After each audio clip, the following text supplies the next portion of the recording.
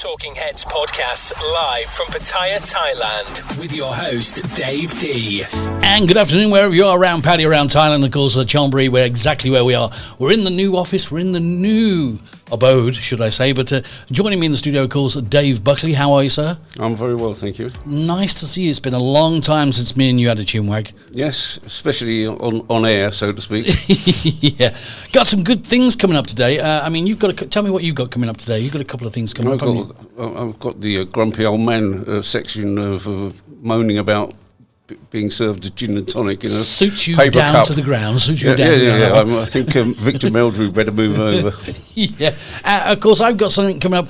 My daughter's coming over from Norway. I've been looking at ticket prices, Dave. So we're going to be talking about ticket prices and how much they are sort of up and down and all over the place. I mean, I don't know about you and ticket prices, but it's pretty crazy. I think they're totally out of order at the moment. They're crazy, aren't they? Yeah, we'll talk about them. And you've got something else, have you? What was the other one about the Linda Rossiter thing? Was that something you sent me? Was that you? Linda Rossiter? No, it doesn't ring any bells with me, right? No, it must have been my ex-girlfriend. Never mind. We won't talk about. Go on, then. Tell me about your paper cup and on the aeroplane. I want to know about this because it intrigues me. Well, I'd like to ask you, how would you react to being served a glass of champagne in a coffee cup on a plane?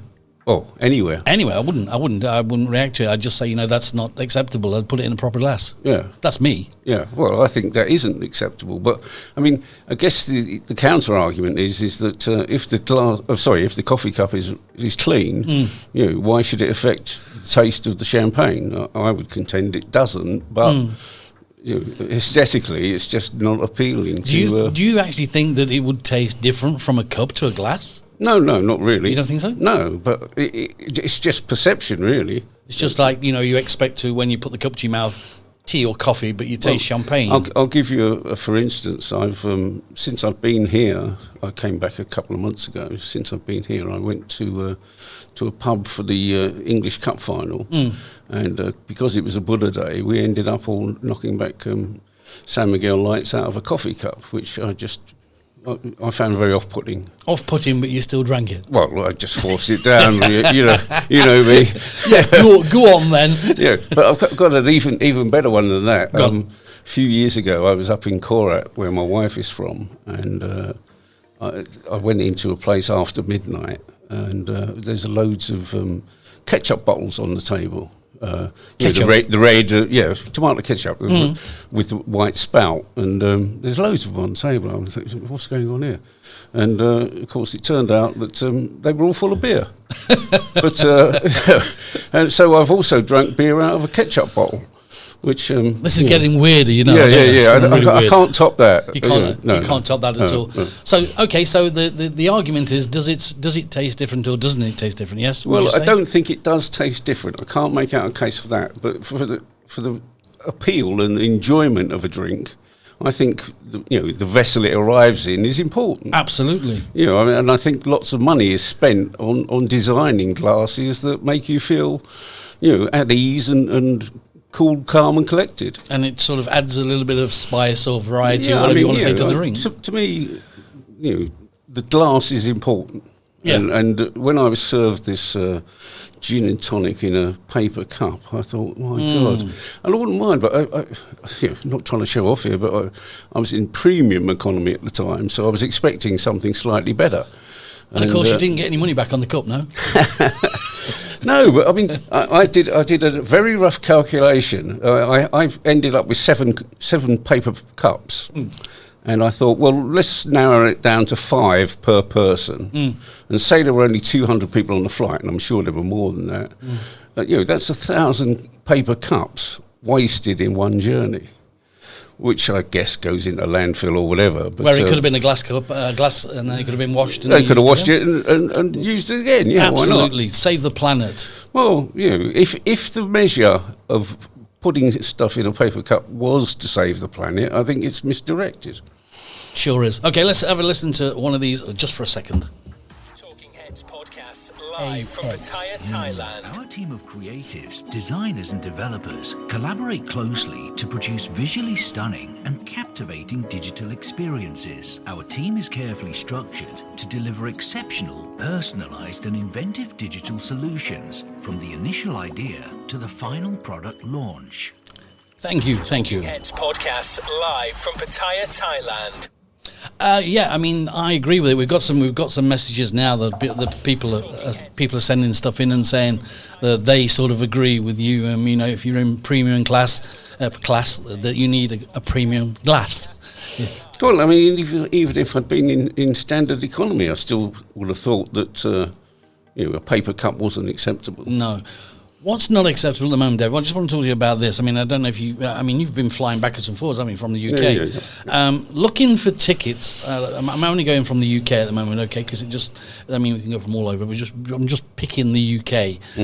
Now, the prices from the UK at the moment, this is from UK to Bangkok and back, vary from 44,800 baht, okay, up to 97,655 baht, which is not even first class.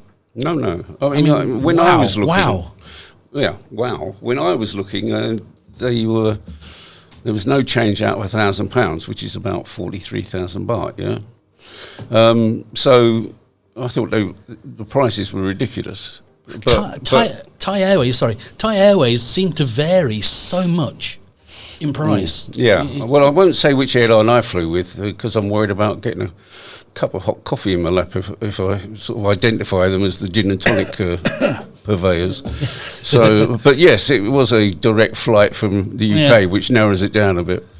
But I mean, compared to when we used to fly, I mean, okay, things do go up in price, but just talking 5-6 years ago, we were only talking £400 or £500 then, weren't we, for the UK and back? I was allowing roughly mentally between £500 and £600 for the current journey. But of course, what I'd forgotten about was that COVID had played its part, and I'm of the belief that the airlines are desperately trying to recoup their money now. Absolutely, and they're doing it by jacking up the prices and telling us all that this is that and this is that. So that's why the prices are going up, and we all believe them and we all pay them. I mean, we do pay them because there's no choice. There's no choice. How else are you going to get it? Well, I mean, that's the thing. The thing that one of the things that we've been talking about before on air is like, number one is the ticket prices. Way out of line. Okay, it makes it harder for people to come here. And, of course, what did happen in Thailand, of course, was the visas. I mean, one day you come in and you didn't need anything. The next day you needed 15 papers. The next day after that you could get 45 days. Then you needed a stack. It was changing daily. Yeah, my phone was loaded up with apps and things showing that I'd had COVID injections and God knows what. I mean, they're not necessary now. But but rather confusing at the time for travellers. It was. But the main thing is if you do need or want to come here, I think someone in authority should step in and try and make it more affordable, because Thailand is quite heavily reliant on tourism.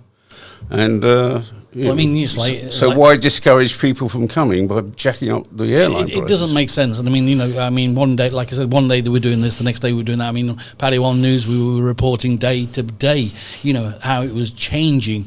I mean, and now they're putting all these incentives in for people to come. Yeah, but they're not really. They do it one day and say you can have 45 days and you get another 45 days and everything's happy and away you go. And then the next day, oh, no, you can't do that no more. So people are very confused about it. And I would say that the average person in the UK that wants to go on holiday thinks twice about coming here now because of the prices and the way it is to get here. I mean, it's near enough 2.5 times the amount of what it used to be. Yeah, and that is very off-putting. But, if you are a Brit, especially, there are things happening in Europe now that are trying to discourage you. There's talk about fingerprinting you and taking a photograph and just generally slowing down the whole process of getting into whichever European Union country you're trying to get into.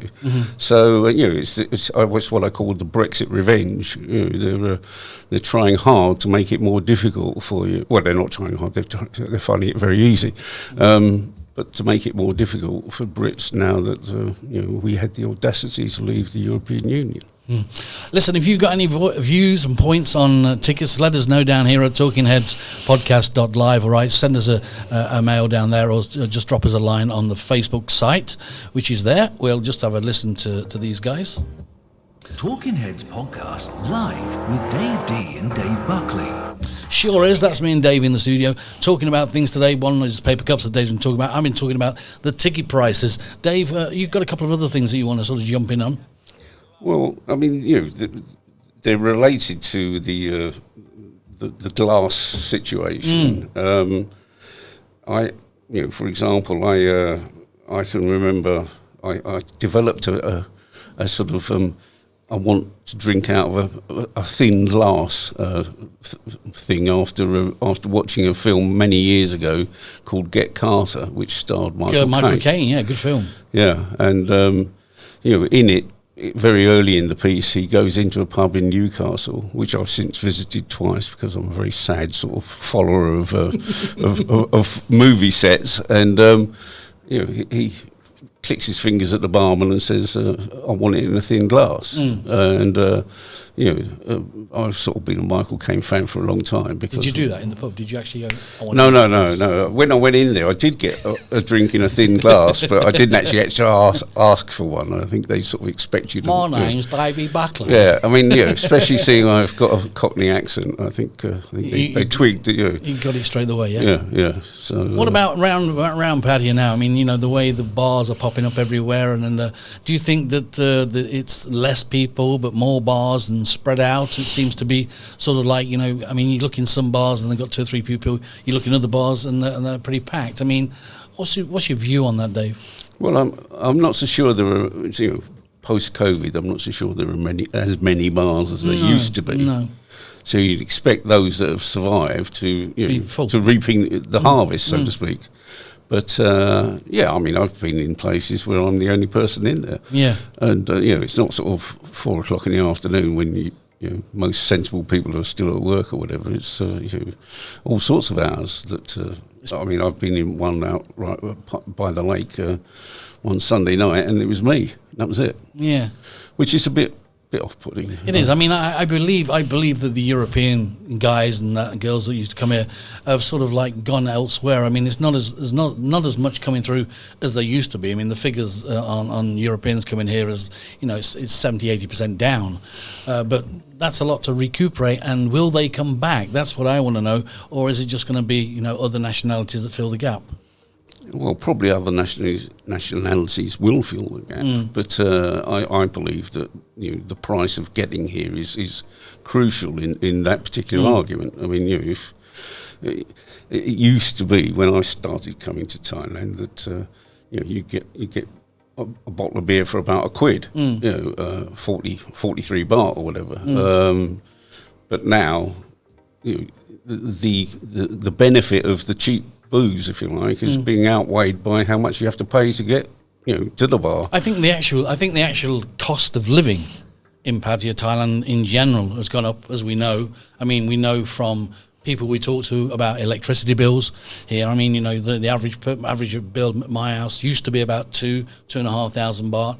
When we left that house, which was like 2 months ago now, after being there, 6,000 baht. Really jumped up that much. And I know that a lot of people out there, you guys out there, I know that a lot of people sent to Paddy One a copy of their before and after electric bills. Right. And how can we have 2 aircons, Dave, and we have them on roughly the same time every day until we go to bed, and that used to be a couple of grand and now it's 4.5 grand.